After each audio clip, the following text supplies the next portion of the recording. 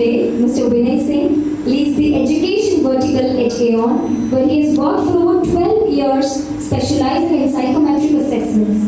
He has collaborated with more than 500 universities and institutions, helping them with the admission process and preparing students for the industry.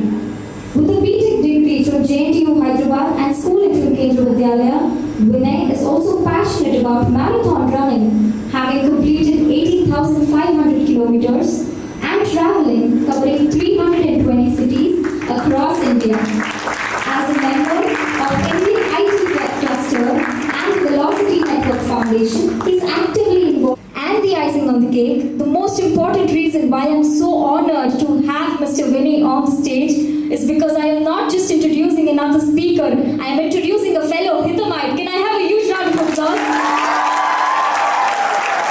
Mr. Vinay is a senior from 2012 batch and an alumni of the Department Electronics and Communication Engineering. We are proud to have you. Let us start with a small guess, and I have kept it very simple. I know you are able to see this famous painting, and it's a painting of Mona Lisa. And it was painted in year between 1500 to 1519. Now, can we guess who is the creator of this painting? Leonardo da Vinci. Wonderful. Now, I would increase the level of difficulty and ask you, in which year on the planet Earth the first resume was written? It was written in 1482, and it was written by Leonardo da Vinci himself. He was applying for a position. He wrote his resume to the Duke of Milan. He was applying for a position at his office. We all knew Leonardo da Vinci was a great painter and a great polymath. In India, we had Chanakya. In Milan, there was a Leonardo da Vinci. Why am I sharing all this history with you? The important point to observe and note here is 500 years have been passed, and the way we shape our career achievement to the world has not changed. 5 years has gone by. The way we share our career achievement with the recruiters has not changed. Still, the resume exists. So when I was a kid, we used to go to the STD booth to make a phone call. I have seen my father writing the check to settle the bills. Now, in the last 20 years, the lot of digitization has happened. Everybody has a phone in the pocket. Now, we no more make the payment through cash. We make the payment through digital apps like CRED, UPI, so on. Again, I am emphasizing the point. Medicines are evolving, transportations are evolving, but why not resumes are evolving?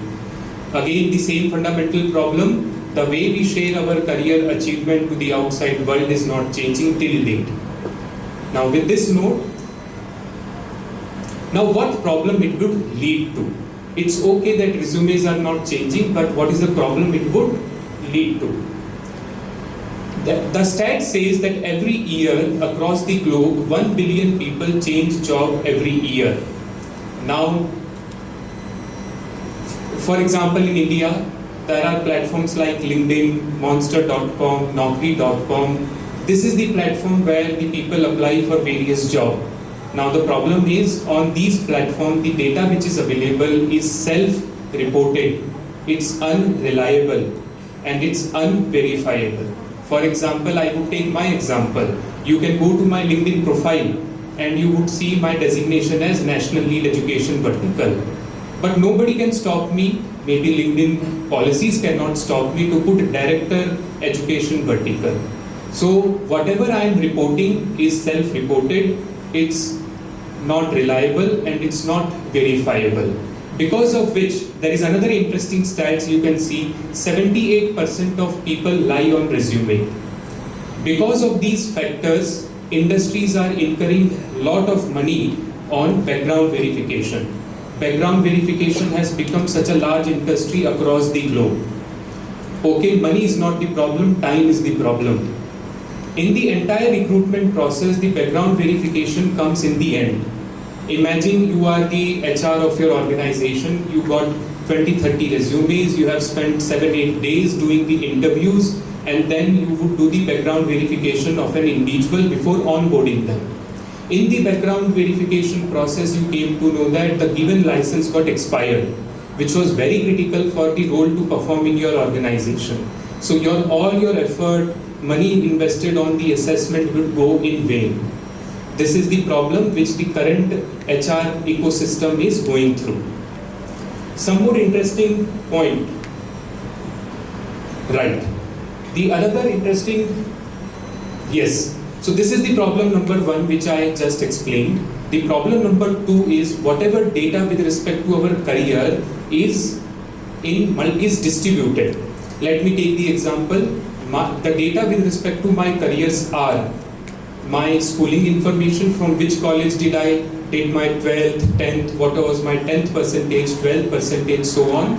It could be the data around my undergraduate degree, from which college I did my engineering, what was the branch of engineering, how much did I secure the percentage in my degree.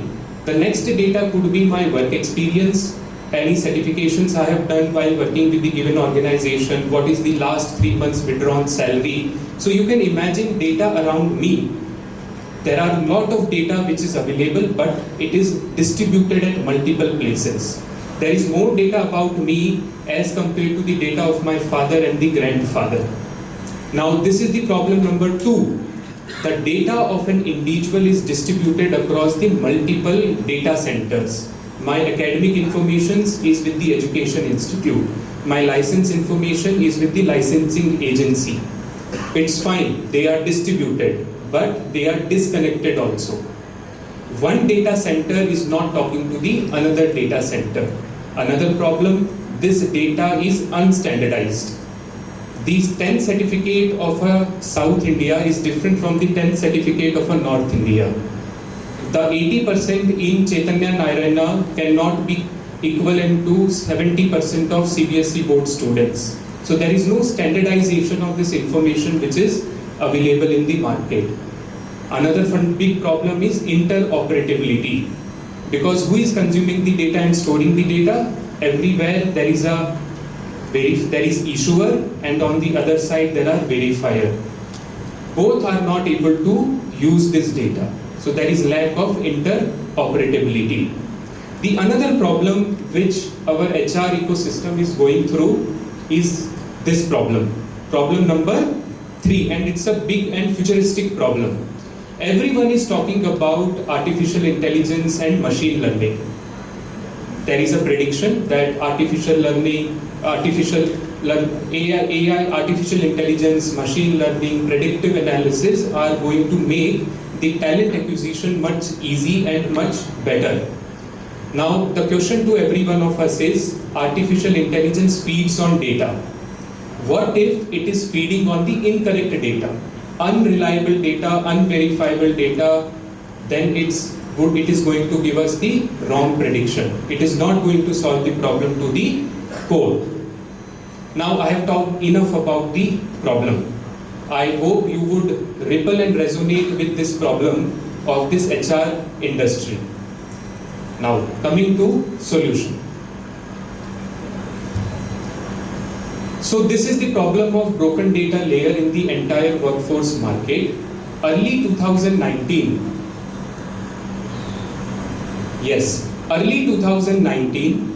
group of multiple consulting firms came together. Firms like Aon, Conferry, SHL, Randstad. In 2019 they came together and they decided to solve this problem. And they formed a non-profit organization which is called Velocity Network Foundation. A group of around 8 to 10 companies early in 2019 came together and formed this foundation. You must be thinking, Vinay, your topic was Internet of Career. Why are you not taking us to that topic directly? So let me explain you one more analogy. There is Internet. If I ask, nobody controls the Internet. But there is a body called World Wide Web which governs the Internet, which designs the protocol of the Internet. So Velocity Network Foundation is very similar to World Wide Web. that governs the velocity network. So group of companies came together and they decided to solve this problem. Our mission is, Velocity Network Foundation mission is to put an individual in charge of their career credentials. This is our mission, and we started in 2019.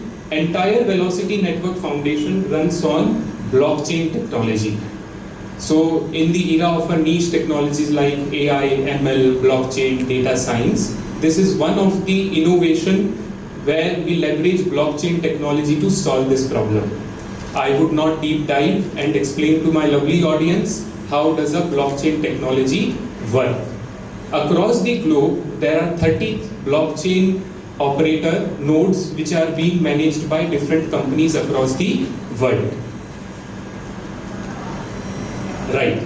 But before we go to how it works, what exactly is the Velocity Network Foundation, I want to highlight a couple of important points.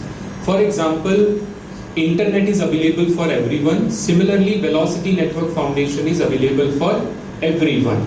It has multiple stacks to it. Number one is a blockchain network. What happens? Let us take my example only.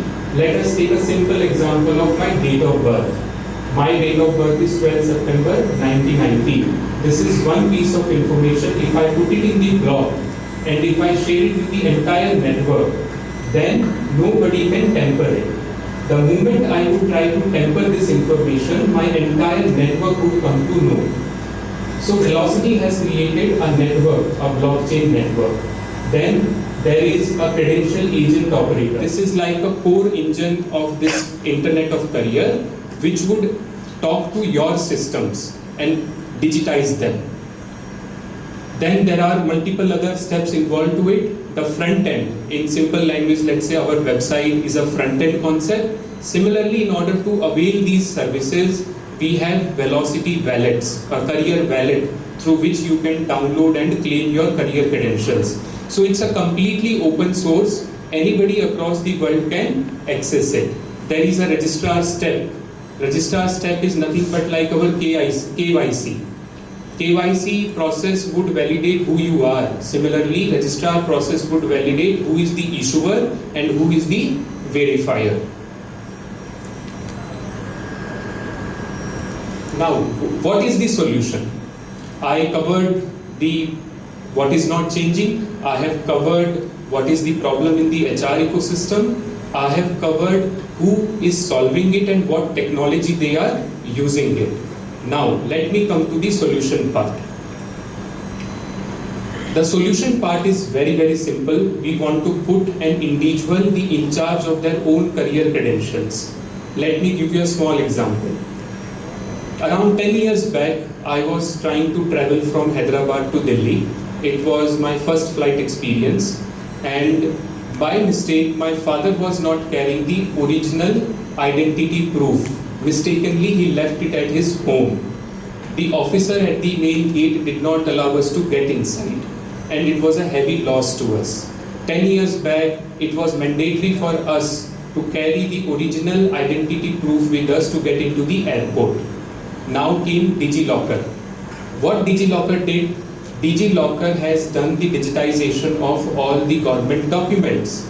Now at the airport, if you would show your Aadhaar card through DigiLocker, people would allow you to get inside the airport. Now what has come? DigiYatra. Now your face has become your identity. So what DigiLocker did with the government documents, Velocity Network Foundation is trying to do with career credentials of an individual. Hope this example would be relatable and it would clear some doubts if we have anything. What we are trying to do is we are trying to digitize every possible career credential of an individual.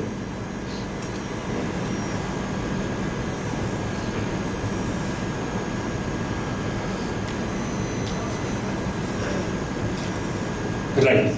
So this is how, with the example of DigiLocker, I have explained how things are being implemented. Now, what we are trying to do is we are trying to digitize the education credentials and the career credential using a blockchain technology and putting an individual in charge of it. Once the individual is in charge of it, it would be up to their will and wish whether they want to share that credential with anybody or not. So let me explain how it works. So on the left side you see, on the right side there are issuers, on the right side there is a relying party, and in the bottom you see the Velocity Network Foundation algorithms, and on the top there is an individual. What individual would do? Individual would download the wallet, and the first step an individual would take up is the registration. In the registration, let's say I want to verify my date of birth. Now this date of birth can be stored with Aadhaar, or it could be with my birth certificate. I would enter my Aadhaar card number. The algorithms will reach out to the Aadhaar card servers, and they would pick up my date of birth from there, and it would make it as a block of information, and this block of information would be distributed in the entire network. This is how, as an individual, for example, I did my engineering from Heatham. If Heatham is on Velocity Network Foundation, I would go and put my roll number as 08E51A04C2, and I can ask Heatham to issue my BTech degree. This is how this entire thing would work. In your wallet, you can claim your various credentials. Let's say if you have undergone various assessments, you would enter the application ID, you can go to on that server, and you can claim your performance in the aptitude test, coding test, and the domain test. So this is how you would create your Velocity wallet. On the right side, there would be recruiter. Let's say you want to apply for any university. You need not fill the form again and again. You have observed in IITs, students undergo 100 plus exams, and 100 plus exams are assessing the common thing, which is aptitude, coding, domain, so on. If the student is on Velocity Network Foundation, if they have verified their performance in the assessments, then whichever recruiter comes to IITs or any other company, any other institution, they can simply rely on that result. This is how this entire concept is going to work.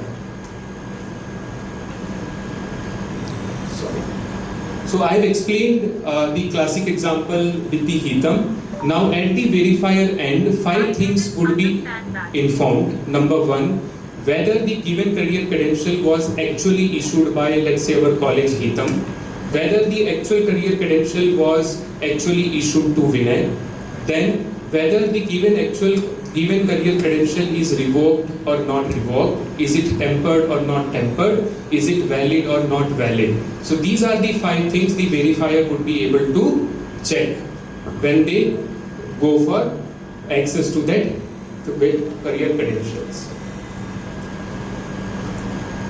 Now, this is how we are trying to solve, and education industry have taken multiple steps. For example, our AICTE has launched the Academic Board of Credits. This is a step in this direction where there could be a central repository of all the academic credits of an individual. Velocity Network Foundation is no more the pilot, and the adoption in India has started, and India is leading the adoption across the globe. There are 185 countries where the adoption has happened, and in India, a lot of companies like Aon, Telview, Foundit, Niamo, multiple SAP, Decisive, multiple companies have come together and deriving this adoption. Definitely, this is going to revolutionize the way the HR ecosystem works. So thank you so much for inviting me and giving me this opportunity to present the implementation. Thank you.